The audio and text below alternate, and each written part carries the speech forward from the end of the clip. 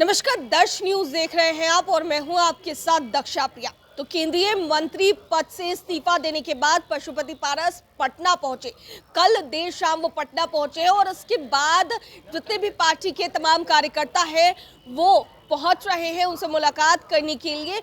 खबरें ये भी सामने आई कि यदि 5 सीट चिराग पासवान के खाते में चली गई है और जिस तरीके से पशुपति पारस को दरकिनार किया गया है उसको लेकर के अब पशुपति पारस बड़ा कदम उठा सकते हैं और महागठबंधन का भी हिस्सा बन सकते हैं।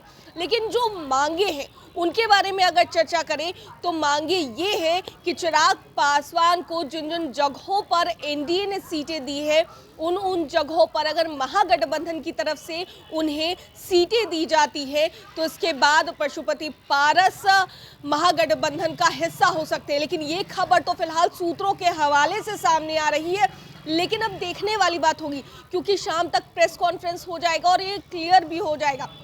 फिलहाल पशुपति पारस ने कुछ भी कहने से इनकार किया है, लेकिन उन्होंने साफ तौर पर कहा है कि जो भी बातें होगी, जो भी कुछ होगा, उनका रुख जो भी होगा वो शाम को सब कुछ क्लियर हो जाएगा। शाम में वो एक प्रेस कॉन्फ्रेंस करेंगे और संभवतः सारी बातें सामने आ जाएगी। अब ऐसे में सवाल उठ रहा है कि जो पशुपति पारस के 5 सांसद हैं, 2 सांसद पहले से ही चिराग पासवान के संपर्क में हैं और वीणा देवी जो वैशाली सांसद है वो पहले ही उनके पास जा चुकी है। और ऐसे में अगर महबूब अली कैसर की बात करें तो उन्होंने साफ तौर से कहा कि उनके व्यक्तिगत संबंध है। अब ऐसे में देखने वाली बात होगी कि जिस तरीके से पशुपति पारस ने भी कहा था कि वो हाजीपुर सीट नहीं छोड़ेंगे, चिराग पासवान ने भी दावा किया था। हालांकि बीजेपी ने 5 सीटें चिराग पासवान को देकर के चाचा पशुपति पारस को काफी ज्यादा निराश किया और ये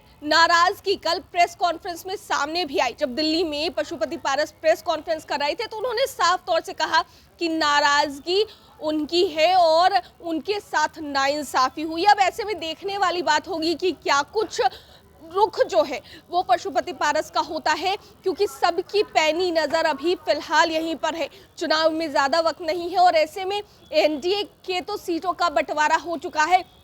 कौन कौन पार्टियां कहां से लड़ेंगी ये तय हो गया है। हालांकि अभी कैंडिडेट्स का नाम फाइनल होना बाकी है। और अगर महागठबंधन की बात करें तो अभी महागठबंधन में सीटों का जो फॉर्मूला है फिलहाल तय नहीं हो पाया। ऐसे में अगर पप्पू यादव की भी बात करें तो पप्पू यादव की भी मुलाकात हुई है लालू प्रसाद यादव से या तेजस्वी यादव से और मुलाकात के बाद ये तय हो गया है कि पप्पू फिलहाल पशुपति पारस का क्या रुख होगा। पूरे देश की नज़र फिलहाल इसी पर है, क्योंकि पशुपति पारस जिस तरीके से कह रहे हैं कि उन्हें हाजीपुर से ही लड़ना और पहले भी वो यही डिमांड करते आए हैं कि हाजीपुर से वो जो है चुनाव लड़ेंगे। और ऐसे में अब देखने वाली बात होगी कि उनका क्या अगला कदम होता है। शाम तक सब कुछ क्लियर हो जाएगा। उन्होंने साफ तौर पर कहा है कि जो भी उनका रुख होगा वो संभवतः शाम तक पता चल जाएगा। अब ये देखना दिलचस्प होगा कि क्या कुछ अगला कदम उनका होता है। कैमरा पर्सन ऋतिक के साथ मैं दक्षा प्रिया, दर्श न्यूज, पटना।